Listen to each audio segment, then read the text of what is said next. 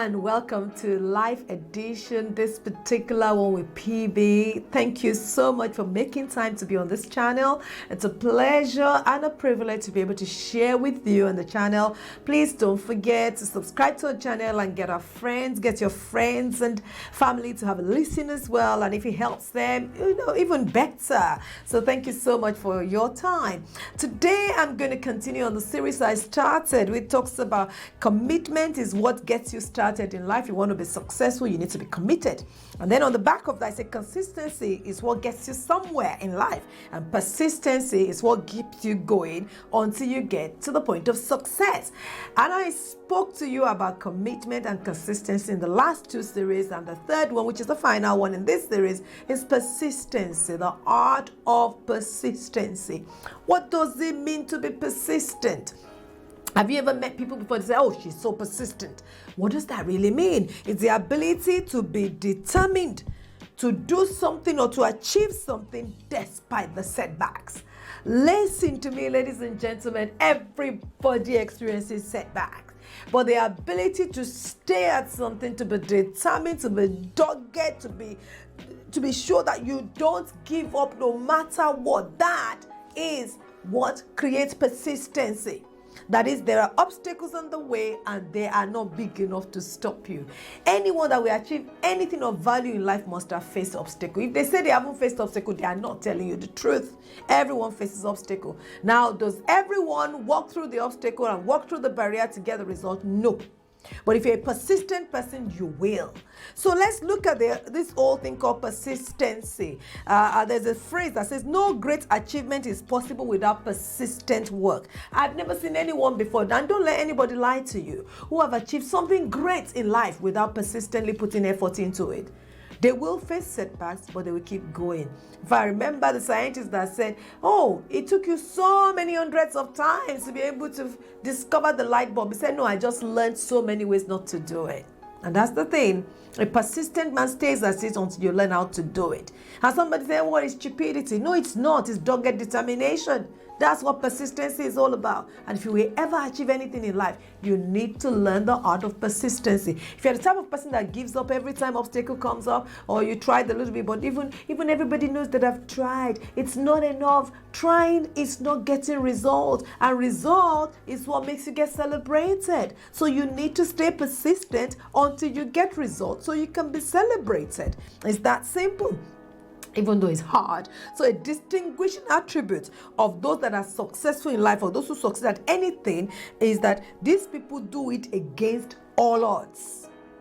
They are persistent against all odds. Not because there are no odds, but against all odds. So never forget that. So how do you develop persistency? You know, the beautiful thing about these three things are there are things you can develop. Nobody is, well, some people, you think they are born with them. No, they developed it over a period of time. How do you develop persistency? The very first place to start from is you set goals. You set goals and then you write your reason why the goals are set. Now, your reason why is the reason why you stay on. Hear me? Your reason why is the reason why you stay on. Many things will come your way that want to take you off that course. But if you remember your reason why, you stay on. I remember when I first started working in the corporate world, I remember I had an experience with a particular line manager. They were awful, absolutely dreadful. But my reason why I was going to work was not just for income. I also needed to set good example for my children. So guess what I did? I stuck to it. I stuck to it until God gave me another one. Your reason why is what keeps you going no matter what happens. It's not because you will not meet dreadful situations on the way. So whatever the goal is that you really want to achieve, what is your reason why? Because if you have a strong why, you keep going. If you don't have a strong why, you have no reason to keep at it. Every obstacle becomes something to stop you from moving ahead with that matter. So the question is, why are you doing what you're doing? Or why are you on this track? I remember speaking to a gentleman that started a bakery organization, and he went on and on about the challenges he was facing on the way, but he went on about the reason why he started it. And you know what? The challenges were not strong enough to stop him. Today he's doing so well with the organization simply because his reason why was so strong, stronger than any other distractions on the way. Even in the low times when everybody say, Why don't you just go and find something else to do? He's stuck with the business because of his reason. Why are you doing what you're doing? What's your reason why? If it is strong enough, you stick with it. If it's not strong enough, believe you me, you're going to quit. The second thing to note there is this: you need to find yourself a plan.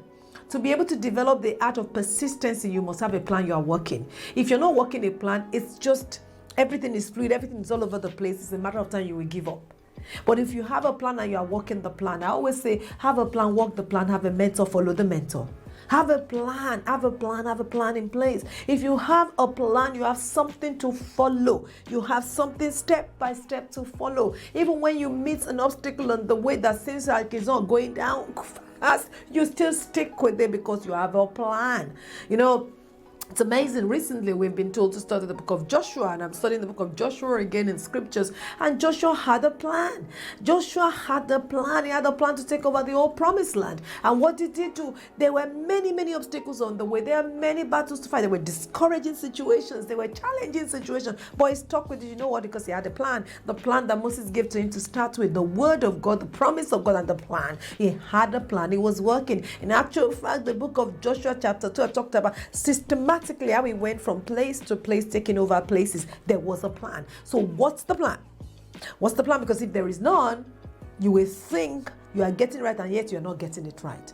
The third thing is follow a mentor. Find yourself a mentor. I was talking to a young lady recently, and I said to her in a line and a field of work, I said, who is your mentor? Who are you following? You've got to, it's easier to give up if there's nobody to follow, because you will think you have done all you could possibly do. But if you are following someone and you're accountable to somebody, guess what? You tell yourself, my mentor, either I've done this before, or my mentor will ask me, why are you giving up? What have you done to get to that point? So understand your reason why you're doing what you're doing, because it creates persistency in you. Number 2, work a plan. Follow a plan, work a plan, work a plan, work a plan. Number 3, follow a mentor. Find yourself a mentor. Now, they are few and far between. There are not many mentors out there, but they are there.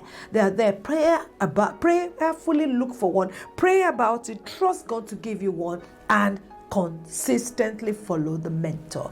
The fourth one there is this: no matter what you do, stay around motivated people that will motivate you into what you're doing. Not people that will tell you have tried, it's time to give up. Not people that are going nowhere fast. Many of us are very, very good at making friends with people that will tell us what you've done is enough. You've tried is not good enough. Nobody builds a castle on trial. Everybody builds their castle on result. People want result. You will be celebrated for your result. You will hear me say this over and over and over again. So because of that, what I will say to you is this: motivated people are the people that should always be around you. Don't hang around people that are going nowhere fast with their lives. Some people are going nowhere fast, and it's easier for them to relate with you when you quit as well. So don't hang around quitters. Keep on going. And last but not the least there is, don't be afraid to start again. If obstacles are on your way and you're not able to get going at it, and something happens to stop you halfway, keep going. Don't be afraid to keep going. I was telling you about the book of Joshua earlier, and even though they had a plan, so every single thing I said here, Joshua followed to a T. And one of the most beautiful scriptures ever is in Joshua chapter 22, where it said there's not a single one of the promises of God for Joshua that did not come to pass. In actual fact, that was repeated also in Joshua chapter 11. It said there's not a single promise that God gave to Joshua that he didn't do. He gave him the whole of the land. And you know why? Because there were things that he did. He had a reason why. The why is God said it. It's the land that God has prepared for his people. God said it, so we got to do it. And the second thing there, like I said earlier, is not just having a why. He had a plan. He had a plan to conquer the land. He already had a plan. A plan from Moses, a plan from the spies that went to get the map of the land. They had a plan. A plan from God on this is how to conquer, step by step by step. And then not just that only, follow a mentor. And he had Moses as a mentor. He had Moses as a mentor. He had God. He was listening to God concerning what God has got to say about the situation. And then he dissociated himself from negative people. He stayed with motivated people. You know, when they first went to check the promised land, Caleb and Joshua were the only two people that said positive things about that land. Everybody else had negative things to say about the land, but he disassociated himself with them and he stayed motivated. And the very last one there is don't be afraid to start again, which is he went into the promised land, captured the first place, Jericho. They were going to go and capture Ai, and guess what? They were defeated really badly. He went back to the Lord. He got upset, went back to the Lord, got a plan, got a word, got a plan, and got going. He started all over again. And what happened? He won Ai and many other nations after that, because God has something great in stock for him. And that's the same thing for you and your dreams as well. God has great things in stock for you. I want you to go for it. Stay persistent. Never let anything stop you from achieving the big plans that God has in stock for you. I hope you found this useful. I have found it really great delivering this to you. I practice what I preach. I don't just say it. I practice it as well. And I want you to practice this as well. Get committed, stay consistent, and get persistent so you can be celebrated. Nobody ever achieves success without persistency. So go for it. Be persistent. Even if nobody else is there right now, be persistent. Even if the obstacles are there right now, be persistent. Even if you've achieved a setback, go back to the drawing board. What else could you do? How else could you reapproach? And I really, really pray for you that you will achieve great success in Jesus' name. Thank you so much for taking time to listen to this series and watch this series. Share with somebody if you found it useful. Subscribe to our channel, and I look forward to talking to you soon. Bye for now.